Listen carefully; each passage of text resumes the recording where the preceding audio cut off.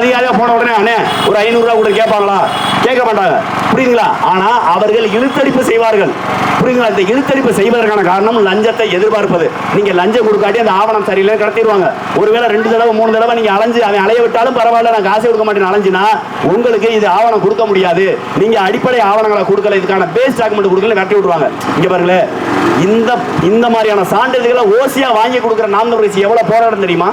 நம்ம பொழப்ப கெடுக்கிறான்னு விஓ எதிரியா மாறிடுவேன், நம்ம பொழப்ப கெடுக்கிறான ஆரே எதிரியா மாறிடுவேன், நம்ம பொழப்ப கெடுக்கிறான் டெபுட்டி தாசில்தார் கீழே இருக்கக்கூடிய தலையாரில இருந்து மேல இருக்கக்கூடிய தாசில்தார் வரை எதிரியாயிருவேன்.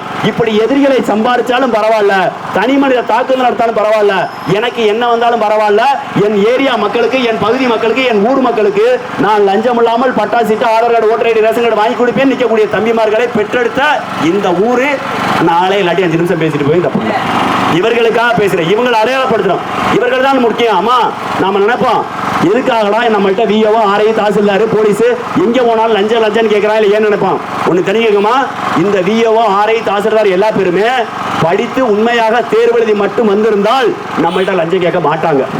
அவர்கள் உண்மையிலே படிக்கிறாங்க, உண்மையிலே தேர்வு எழுதுறாங்க, வெற்றியும் பெற்றாங்க.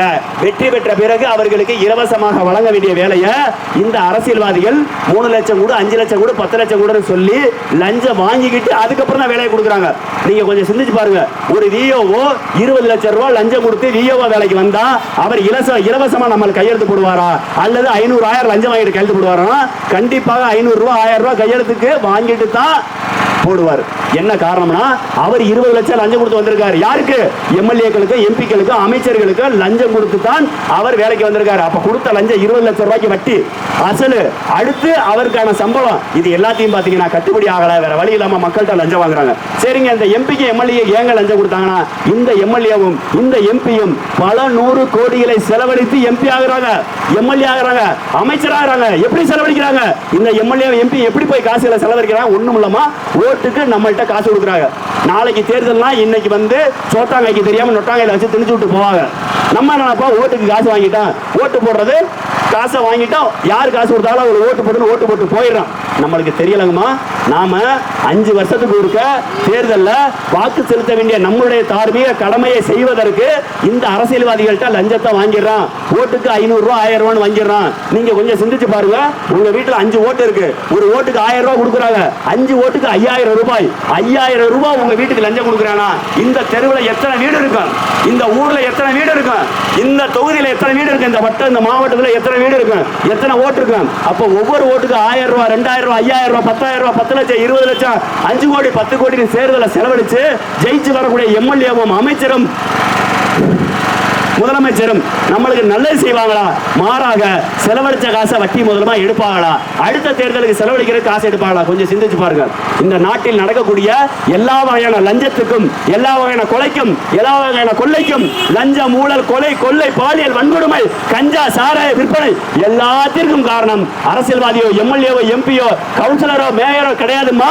ஓட்டு போட்ட நாம வாங்கின முதல் லஞ்சம், நாம ஓட்டுக்கு பணம் வாங்குறது லஞ்சம். நாம லஞ்சத்தை வாங்கிட்டு நம்மளுடைய வாழ்க்கை, நம்மளுடைய பிள்ளையோட வாழ்க்கை, மகன் வாழ்க்கை, மகள் வாழ்க்கை, பேரன் வாழ்க்கை, பேத்தி வாழ்க்கை எல்லாத்தையும் வித்துட்டு அடமானம் வச்சுட்டான். அப்புறம் எப்படிமா அவன் நம்மளுக்கு நல்லது செய்வான்? அவன் நல்லது செய்யறதுக்கு நம்ம விடவே இல்லையே. நல்லவர்கள் வந்து கத்துறமே, நாங்க நல்லவர்கள் சொல்றக்கார 5 வருஷமா கத்துறோம். அம்மா உங்க கையில துண்டறிக்கை கொடுத்துருப்பாங்க, எடுத்து பாருங்க.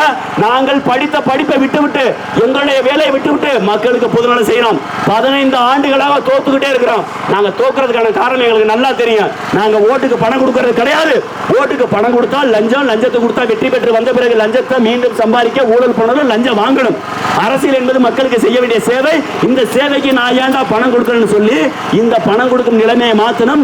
மக்களுக்கு செய்ய வேண்டிய சேவையை அரசியல் ரீதியாக, அரசியல் துறை மூலமாக செய்கின்ற ஒரே காரணத்துக்காக நாம் தமிழர் கட்சியில் இருக்கக்கூடிய தமிழ்நாடு முழுக்க 234 தொகுதியில் இருக்கக்கூடிய பிள்ளைகள் தங்களுடைய படிப்பு, வேலை, தங்களுடைய கை காசை போட்டு இந்த அரசியலை செய்யறாங்கம்மா.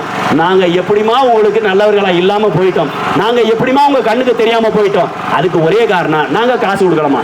இப்படி ரோடோட நாங்க 15 வருஷம் கத்துனது பதில ஒவ்வொரு ஊர்லயும் ஒவ்வொரு பிரசிடண்ட் தேர்தலை முடிவு பண்ணி காசை கொடுத்து நாங்க ஜெயிச்சிருந்தா இன்னைக்கு தமிழ்நாட்டில் ஒரு 1000 பிரசிடண்ட் உருவாக்கி இருக்க முடியும். எங்களால எம்எல்ஏவில் 5 லட்சம் 20 லட்சம் செலவழிச்சு கஷ்டப்படுறோம்.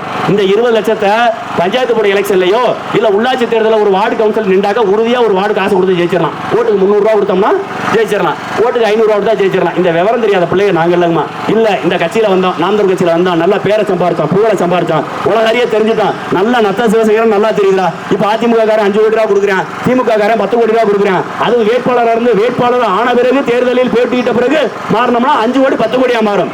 ஒருவேளை வேட்பாளர் மனு தாக்கல் பண்ணி அந்த வேட்பு மனுவை வாங்கிட்டதுக்கு அப்புறம் கட்சி மாறணும்னா 10 கோடி 20 கோடியா மாறும். அந்த வேட்பு மனுவை வாபஸ் வாங்கிட்டோம்னா 20 கோடி 50 கோடியா மாறும். பொழைக்க தெரியாதுன்னு நினைச்சீங்களா? எங்களை நல்லாவே விவரமான ஆட்கள் தான், நல்லா பொழைக்க தெரியும். ஒரு முடத்துக்கு படிச்சுட்டு படிக்க தெரியாதுங்க, பொழைக்க தெரியாதுன்னா கிடையாது. நான் தான் திரும்ப சொல்லிட்டேன், வெறுமனா கட்சியில இருந்து மாறினா 5 கோடி கொடுப்பேன். அதே கட்சியில வேட்பாளர் இருக்கும்போது மாறினா 10 கோடி கொடுப்பேன். அதே வேட்பாளர் வேட்புமனுவை வாபஸ் வாங்குற முதல் நாளைக்கு முன்னாடி ஸ்க்ரூட்னின்னு சொல்லுவோம், வேட்புமனு பரிசீலனைக்கு பிறகு எங்கள் வேட்புமனு ஏற்கப்பட்ட பிறகு நாங்கள் தான் நாம் தமிழர் கட்சியினோட அங்கீகரிக்க வேட்பாளர் என்று ஆன பிறகு வாபஸ் வாங்கிட்டு வேற கட்சியில போய் சேர்ந்தோம்னா 25 கோடி வரைக்கும் கொடுப்பேன். தெரியாத வேலை இல்லை. உண்டா இல்லையா? உண்டா இல்லையா? இன்னைக்கு தெரியாத விவரம் தெரியாத அல்ல இல்ல. என்னக்கா அக்கா வேற வழியில பத்மாக்காவை பார்த்தே பேசிக்கிட்டு இருக்கேன். ஒருத்தர் சிக்கலக்கா, இது பூரா எங்களுக்கு தெரிஞ்ச முகமா இருக்கு. அதனால டைம் ஆயிடுச்சா?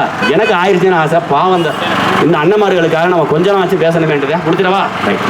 அப்போ அந்த மாதிரியான சூழ்நிலை இருக்கு. அதனால தாய் தமிழ் உறவுகள் இது மாதிரி பிள்ளைகளை விடாதீங்க. அக்கா பத்மாக்கா எங்க கட்சியில இந்த ஊர்ல இருக்கக்கூடிய 2-3 தம்பிகள் தொடர்ச்சியா தங்களோட சொந்த காசை போட்டு சோலார் விளக்கெல்லாம் போட்டுருக்காங்க. ஒரு விளக்கு 5000 ரூபாக்கா, 5 விளக்கு போட்டுருக்காங்க. இன்னொரு 5 விளக்கு போடுறதுக்கு ஏற்பாடு பண்ணியிருக்காங்க. சொந்த கை காசை போட்டுக்கா. ஏன்னா இது மாற்று எரிசக்தியை பயன்படுத்தி மின் விளக்குகள் அமைக்கிறேன்னு சீமான சொன்னதால அதை செஞ்சிருக்கோம். அதற்கு பிறகு இங்க பட்டா சிட்டா Aadhaar card voter ID ration கார்டெல்லாம் வாங்குறதுக்கு இலவசமாக செஞ்சு கொடுத்துருக்காங்க. இதெல்லாம் நாம் தமிழர் கட்சி செய்த நன்மைகள். இதை விடக்கா நீங்க மறந்து வச்சிருக்கீங்க, உங்களுக்கு நல்லா தெரியும் அக்கா. குருதி கொடை ஒவ்வொரு ஆண்டும் குறைந்தபட்சம் 150-160 யூனிட் ரத்த இலவசமா கொடுக்குறாங்க.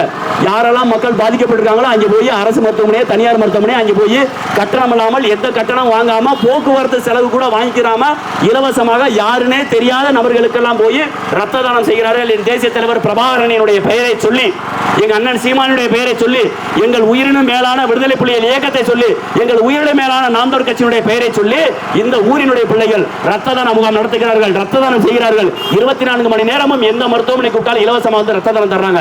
இந்த பிள்ளைகளை கைவிட்டு விடாதீர்கள். எங்களுக்கு ஓட்டு போட்டு நீங்க ஜெயிக்க வைக்காலும் பரவாயில்ல, எங்களுக்கு கேவலமா தோக்க வச்சுறாங்க. தயவு செய்து நான் உங்கள்கிட்ட கேட்கிறது, நாங்கள் வெற்றி பெறாவிட்டால் வெற்றி பெறணும், நாங்கள் ஆட்சிக்கு வரணும், இங்க இருக்க கொடுமையெல்லாம் மாத்தணும். ஒருவேளை எங்களை ஜெயிக்க வைக்காட்டி கேவலமா தோக்க வச்சுறாங்க. இந்த பிரிச்சு வீட்டுல 2000 ரூபாய் கொடுத்துட்டேன், 3000 கொடுத்துட்டேன், இவனுக்கு 2 ஓட்ட போடு, அவனுக்கு 2 ஓட்ட போடு, இந்த வாழ்வாழ்னு கத்துற நாம் தமிழர் கட்சிக்காரன் 4 ஓட்ட போடு பிரிச்சு போடுறாங்க.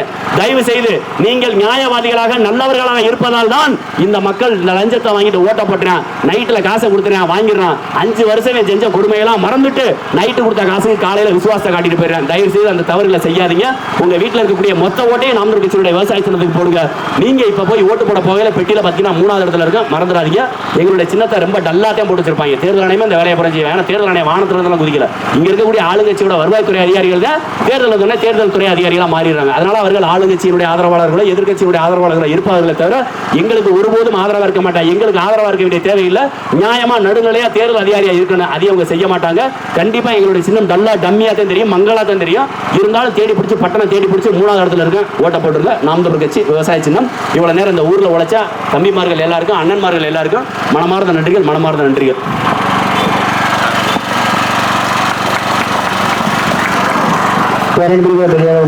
விவசாய